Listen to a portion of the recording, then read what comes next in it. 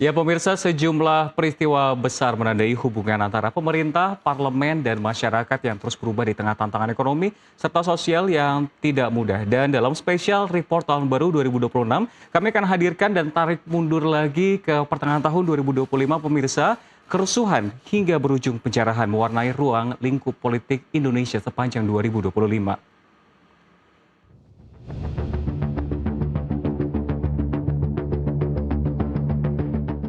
Tagar Indonesia Gelap menjadi trending topik di media sosial X pada Senin 17 Februari 2025. Tagar tersebut digunakan warganet untuk menyoroti berbagai persoalan yang dinilai muncul dalam penyelenggaraan pemerintahan di era Presiden Prabowo Subianto dan Wakil Presiden Gibran Rakabuming Raka.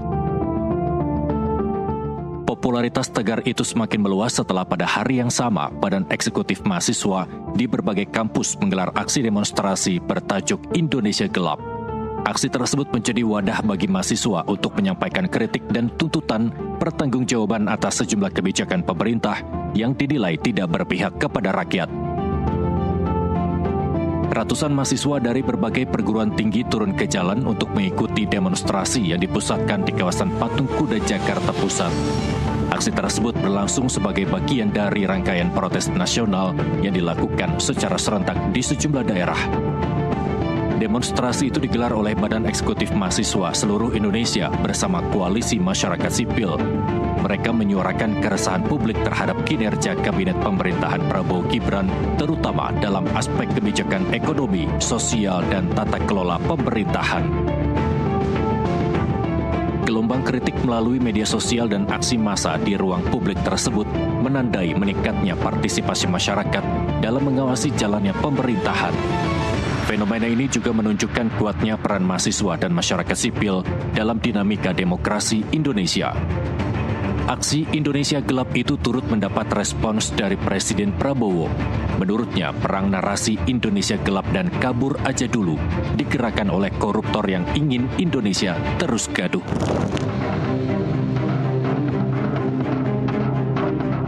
Selang tak berapa lama, gelombang protes nasional dimulai pada 25 Agustus 2025, dipicu oleh kritik publik terhadap kebijakan tunjangan anggota DPR.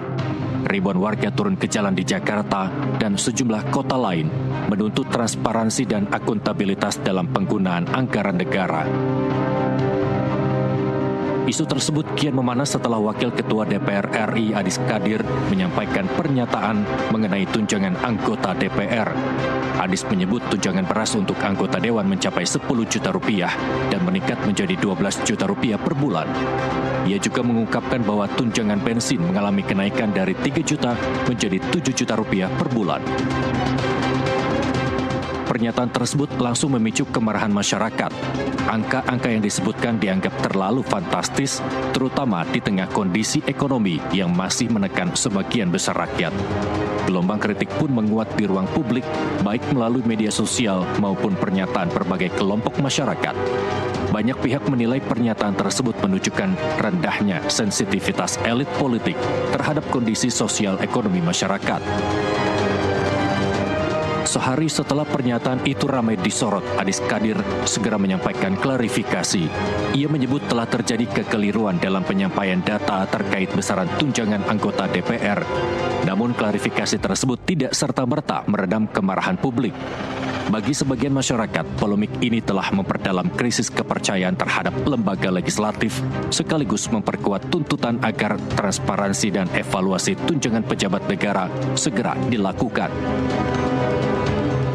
Ketegangan publik semakin meningkat setelah Ahmad Sahroni, politisi Partai Nasdem, ikut berkomentar mengenai seruan sebagian masyarakat yang menuntut pembubaran DPR. Pernyataan tersebut disampaikannya saat melakukan kunjungan kerja di Polda Sumatera Utara. Dalam kesempatan itu, Sahroni melontarkan pernyataan keras yang langsung menuai kontroversi di ruang publik. Ucapan tersebut dinilai menyinggung dan memperkeruh situasi di tengah meningkatnya ketidakpuasan publik terhadap lembaga legislatif. Alih-alih meredakan ketegangan, pernyataan Sahroni justru dianggap memperlebar jarak antara wakil rakyat dan masyarakat. Kritik pun kembali menguat, baik di media sosial maupun dalam berbagai pernyataan tokoh masyarakat dan aktivis. Bagi sebagian publik, pernyataan tersebut menambah daftar panjang kontroversi yang melibatkan anggota DPR di tengah tuntutan transparansi dan kepekaan terhadap aspirasi rakyat. Kekecewaan masyarakat mencapai puncaknya. Ribuan orang menggelar aksi demonstrasi besar-besaran di kawasan Senayan, Jakarta, yang kemudian meluas ke sejumlah titik strategis lainnya di ibu kota. Dalam aksi tersebut, massa membawa poster dan spanduk bernada kritik keras terhadap para anggota DPR yang dinilai tidak berpihak kepada kepentingan rakyat. Aksi ini menandai pergeseran penting dari gelombang kritik di ruang digital menjadi gerakan massa yang masif di lapangan. Demonstrasi tersebut berlangsung dengan eskalasi tinggi dan dalam perkembangannya berujung pada kerusuhan. Aktivitas di Jakarta pun sempat lumpuh selama beberapa hari akibat blokade jalan, penutupan fasilitas publik, serta peningkatan pengamanan di berbagai kawasan. Tragedi kemudian terjadi di tengah rangkaian unjuk rasa tersebut. Seorang pengemudi ojek online bernama Afan Kurniawan meninggal dunia setelah dilindas kendaraan taktis Brimob. Peristiwa ini menambah luka sosial di tengah situasi yang telah memanas. Kematian Afan menjadi pemantik kemarahan publik yang lebih luas. Peristiwa tersebut memperdalam rasa ketidakadilan di kalangan masyarakat, terutama di kelompok pekerja informal yang selama ini merasa terpinggirkan.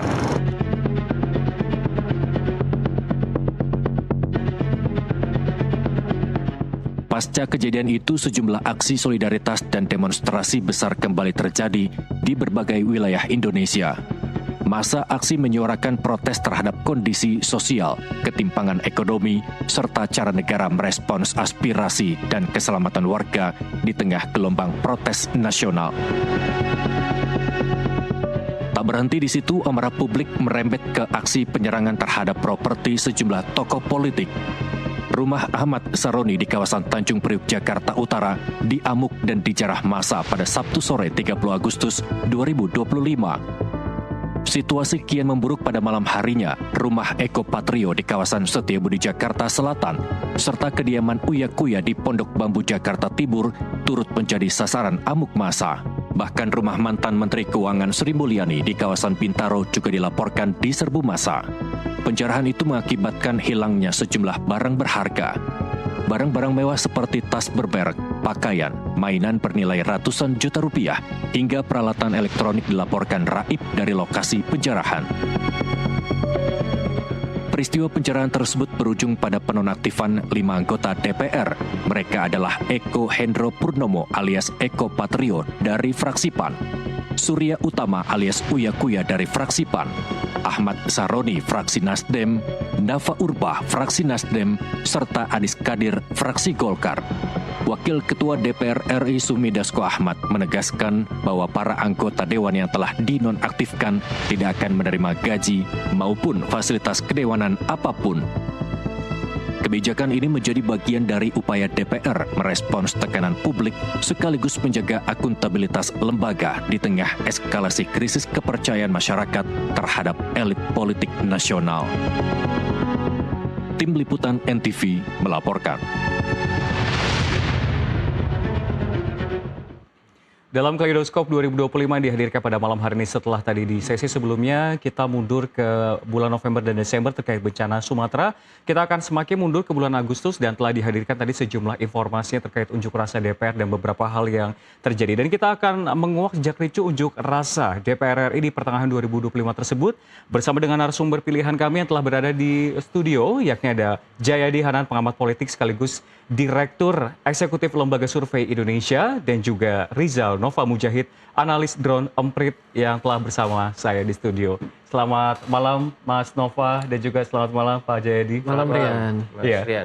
Ya, sebelum kita berdialog dan kita akan kembali mengulas berbagai hal-hal yang terjadi di 2025 sebagai sebuah pembelajaran, dan seperti yang telah kami informasikan telah bergabung bersama kami di sini ada Pak Jayadi dan juga Mas Nova. Saya akan bertanya terlebih dahulu kepada Pak Jayadi terlebih dahulu. Kalau melihat aksi unjuk rasa di pertengahan tahun 2025, apakah sebetulnya ini merupakan suatu hal yang lama dipendam oleh masyarakat, point of view mereka terhadap DPR, atau memang mereka fokus terhadap satu hal yang memantik mereka, yakni terkait dengan tunjangan DPR? Ya, tunjangan DPR itu salah satu pemantik saja ya. Demonstrasi besar itu sebetulnya adalah luapan dari situasi atau keadaan yang dirasakan masyarakat sejak awal tahun lah begitu. Pertama gini, tahun 2025 itu kan masih suasana pemerintahan baru. Presiden Prabowo baru saja dilantik akhir 2024, harapan masyarakat sangat tinggi. Itu ditunjukkan oleh tingkat harapan dan tingkat kepuasan masyarakat yang mencapai 80-79% pada Januari, 100 hari pemerintahan. Jadi harapannya sangat tinggi. Tapi kemudian mulai Februari, Maret, terus sampai ke Agustus itu, keadaan ekonomi memburuk. Ya. Terjadi PHK di mana-mana, harga barang-barang melambung, kemudian banyak masyarakat yang tadinya punya pekerjaan, hilang pekerjaannya. Ya. Jadi keadaan ekonomi memburuk itu kemudian membuat masyarakat merasa kesulitan, sehingga mereka memendam rasa marah gitu ya, tidak puas terhadap situasi, sehingga itu perlu diluapkan. Jadi ada situasi yang mendasarinya. Yang juga terjadi adalah kelas menengah. Ya. Sejak tahun 2019 sampai 2025 itu ada hampir 10 juta orang kelas menengah turun kelas. Ya, tadinya punya pekerjaan tetap, punya gaji bulanan, tiba-tiba nggak ada pekerjaan, dia turun kelasnya, lalu dia mencarilah kerjaan serabutan, jualan sana sini, kemudian bekerja di ojek online dan sebagainya. Itu menimbulkan kekecewaan yang kemudian yang Anda bilang tadi menjadi terpendam. Itu satu. Jadi ada masalah ekonomi yang membuat masyarakat makin sulit. Kemudian yang kedua adalah ada kesenjangan dengan para elit di dua sisi minimal, kesenjangan pendapatan sama kesenjangan gaya hidup. Ya. Nah, kesenjangan pendapat itu gimana? Kalau Anda lihat data-data menurut BPS misalnya, pendapatan tengah-tengah orang Indonesia itu sekitar 4 jutaan. Ya, median income istilahnya itu. Ya, itu sekitar, Anda orang ekonomi jadi tahu lah ya, median income itu sekitar 4 juta. Yeah. Artinya ada 50% orang yang pendapatannya 4 juta ke bawah. Nah, kalau kita ukur dari median income ini, lalu dibandingkan dengan gaji para elit. Misal contohnya anggota DPR. Macam-macam lah, banyak versi tentang gaji anggota DPR itu ya. Tapi kira-kira itu gaji anggota DPR, kalau kita lihat dari aturan-aturannya itu, di luar tunjangan perumahan ya, yang 50 juta yang diributkan itu antara 50 sampai 100 jutaan. Yeah. Nah, kalau Anda bayangkan yang itu dengan pendapatan median masyarakat, itu artinya senjang sekali kan? Pendapatan masyarakat yang bukan kelas bawah loh, kelas kira-kira di tengah-tengah itu bisa 1/10 atau 1/30 dari pendapatan para elit. Ya, nah, yang kesenjangan kedua yang terasa oleh masyarakat itu kesenjangan gaya hidup. Anda lihat banyak para elit, ya para pejabat pemerintah segala macam itu menampilkan gaya hidup yang apa istilahnya itu ya? Kontradiktif dengan kondisi masyarakat. Iya, mereka menunjukkan seperti tidak peduli. FOMO, hedon gitu. Hedon ya gitu. Jadi beli jam yang sangat mahal, ditunjuki, liburan mewah ke Eropa, motor gede, mobil mewah berseliweran dan sebagainya itu kan terlihat oleh masyarakat. Jadi rasa senjang itu dipadu dengan situasi mereka yang sulit, itu kan makin menimbulkan kekecewaan di dalam. Nah, itu semua adalah dalam bahasa Inggris underlying condition, kondisi-kondisi yang mendasari di dalam. Nah, itu kemudian menjadi mudah terekspresi karena ada ada kebijakan dan sikap dari pemerintah, dari DPR dalam ini misalnya itu yang membuat marah masyarakat. Itu tadi misalnya ada sebelum ribut tunjangan perumahan itu kan ada tunjangan beras. Yeah. Katanya sampai kemudian direvisi ya. Yeah. Tunjangan berasnya sampai 12 juta. Kan orang beras apa tuh gitu ya. Lalu tunjangan perumahan 50 juta sebulan loh. Yeah. Ya, sebulan. Jadi Anda bayangkan bagi sejumlah masyarakat 50 juta itu bisa satu rumah. Beli satu rumah yang sangat sederhana ya. Jadi itu kemudian memicu kemudian protes. Nah, protes itu membesar, tapi kemudian cara menanggapinya juga salah. Salah. Ya, misalnya ada yang bilang yang Nafa Urbah terakhir yang bilang kalau rumah dia kejauhan butuh tunjangan yang lebih. Betul ya. Roni bilang tolol apa segala macam ya. itu makin memuncak, akibatnya masyarakat kemudian jadi rame-rame turun ke jalan. Nah, ketika mereka turun ke jalan, problem lagi tuh. Baik.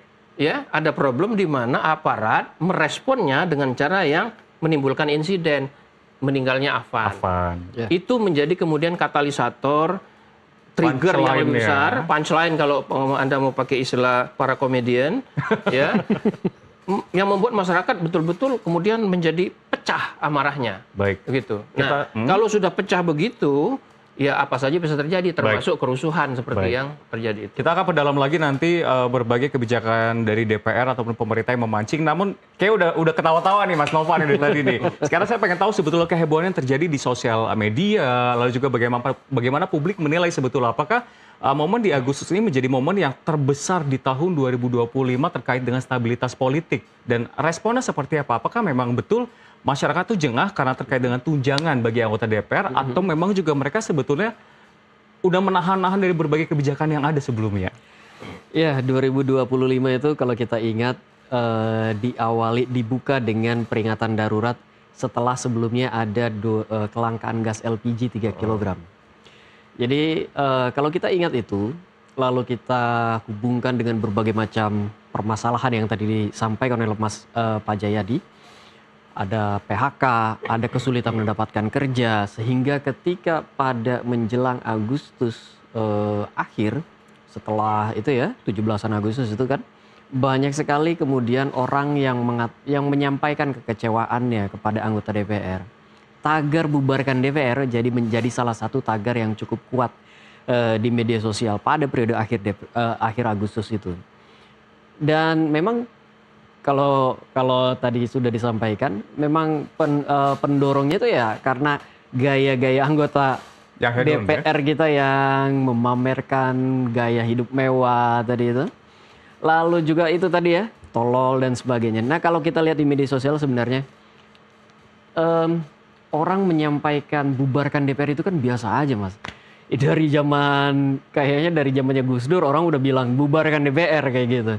Tapi agak berbeda nih pada Agustus kemarin, pada tanggal 14, 15 itu ada upaya untuk mengkapitalisasi gerakan bubarkan DPR, mengkampanyekan itu di media sosial dalam bentuk tagar bubarkan DPR, lalu ada upaya untuk mengumpulkan massa, bukan cuma percakapan di media sosial, tetapi juga mengumpulkan massa di lapangan, sehingga terpilihlah tanggal 25 Agustus itu. Jadi ceritanya tuh ya agak-agak membingungkan juga sebenarnya buat banyak banyak aktivis ya.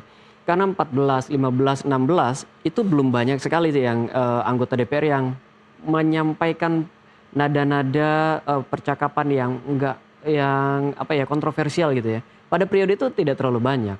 Pasca 17, 18, 19 justru pernyataan-pernyataan kontroversialnya kan tinggi di situ. Tapi bubarkan DPR udah ada tuh dari tanggal 14, 15, 16, 17. Sampai dia mencapai mendapatkan momentumnya ketika ada yang berjoget-joget, lalu pernyataan Nafa Urbal, lalu juga ada pernyataan Pak Sahroni. Afan juga meninggal dunia. Sebelum itu kan 28 ya. Iya. Nah, tapi jadinya setelah joget-joget itu, di media sosial yang ramai adalah ketika kita ketik tagar bubarkan DPR pada periode 17 sampai 25 Agustus, kita akan dibanjiri oleh konten-konten yang isinya joget-joget, isinya dengan kata-kata yang sensor itu, dan berbagai macam pernyataan-pernyataan yang cukup menyakitkan bagi publik. Nah, itulah yang membuat publik kemudian datang pada 25 Agustus. Meskipun tidak jelas siapa yang mengorganisirnya, meskipun tidak jelas siapa yang bertanggung jawab, tiba-tiba datang aja pada tanggal 25 disepakati di media sosial. Oke, kita tanggal 25 jadi publik datang, dan banyak juga yang bingungan. Itu mau ngapain di sini tanggal 25 Agustus itu? Iya. Di lapangan kayak gitu. Di media sosial juga disampaikan begitu. Ini siapa sih yang sebenarnya mengorganisir tanggal 25 ini? Siapa sih? Tuntutan bubarkan DPR adalah tuntutan yang tidak masuk akal. Iya. Karena itu akan membuat eksekutif sangat kuat. Bahkan kalaupun dan itu tidak sehat secara pemerintahan dan demokrasi kayak gitu ya. Itu nggak sehat banget. Tapi kok bisa orang datang kayak gitu. Iya. Tanggal 25 Agustus. Mas Nova, kita lihat sini juga ada beberapa data-data yang dihadirkan oleh Drone Emprit juga. Iya. Dan yang tadi disampaikan menjadi salah satu yang tadi disampaikan juga beberapa isu atau kata kunci sepanjang 2025 dan rangkuman isu 100 hari Prabowo Subianto. Mungkin bisa digambarkan juga. Jadi memang kalau tadi kita mulainya dari LPG 3 kg yang hilang, lalu agak maju sedikit itu memang pada masa pemerintah 100 hari pemerintahan Pak Prabowo, kalau di survei menunjukkan kepuasan yang cukup tinggi, tetapi di media sosial publik juga memberikan berbagai macam catatan tentang hal-hal yang harus diperbaiki di 100 hari pemerintahan Pak Prabowo. PPN 12% misalkan yang kemudian dibatalkan, itu kan menjadi percakapan betul. LPG yang kemudian juga dibatalkan. Jadi orang lihat kayaknya kok ini menteri-menteri Pak Prabowo banyak yang nggak kompeten nih kayaknya. Sehingga kebijakannya harus kemudian dikoreksi oleh Pak Prabowo sendiri. Pada saat itu masih tinggi, harapan publik masih tinggi, meskipun kritik-kritik juga disampaikan di media sosial. Tapi kemudian seiring berjalannya waktu, semakin banyak saya kira blunder-blunder yang dilakukan ya. Semakin banyak juga kebijakan-kebijakan yang kemudian diperbaiki gitu, dibatalkan. Kita ingat ada misalkan, saya ambil contoh satu, tambang di Raja Ampat itu, di Raja Ampat itu. Lalu lain-lainnya juga. Itu kan banyak sekali kemudian yang menjadi perhatian publik, ramai, dan kemudian itu terakumulasi pada tanggal 25 Desember itu. Orang datang, dan setelahnya ya kita tahu, setelah orang datang, tanggal 28 ada demo lagi, dan ya Indonesia setelah itu ya tadi saya sampaikan, Jakarta nyaris lumpuh pada tanggal 28, 29, 30 kan. Baik, Mas Nova. Ini kita akan mengulas lagi terlebih dahulu, melihat flow seperti yang tadi disampaikan sosial media. Sebelum ada soal bubarkan DPR juga kan ada tagar Indonesia Gelap. Indonesia Gelap. Yang jadi punchline-nya tadi disampaikan. Sebelum itu pun juga ada kabur aja dulu. Kabur aja dulu itu sebelumnya pelan-pelan sudah mulai masuk ke sana. Tapi kita akan tahan dulu setelah kita membahas apa yang harus dievaluasi dari 2025 khususnya soal stabilitas politik. Kita akan kembali melihat optimisme 2026. Edi dan juga Mas Nova, kita masih akan berdialog khususnya pertanyaan selanjutnya nanti saya akan ke Pak Jayadi terkait dengan angka. Kalau dari sosial media tadi kan disampaikan memang terjadi penurunan kepercayaan publik terhadap anggota parlemen. Kalau secara angka mungkin mengingat Anda merupakan direktur eksekutif dari LSI, seperti apa mungkin bisa dipaparkan. Namun dijawabnya usai jeda. Karena pemirsa kita akan kembali lanjutkan dialog kami. Jadi tetaplah bersama kami di Special Report Tahun Baru 2026.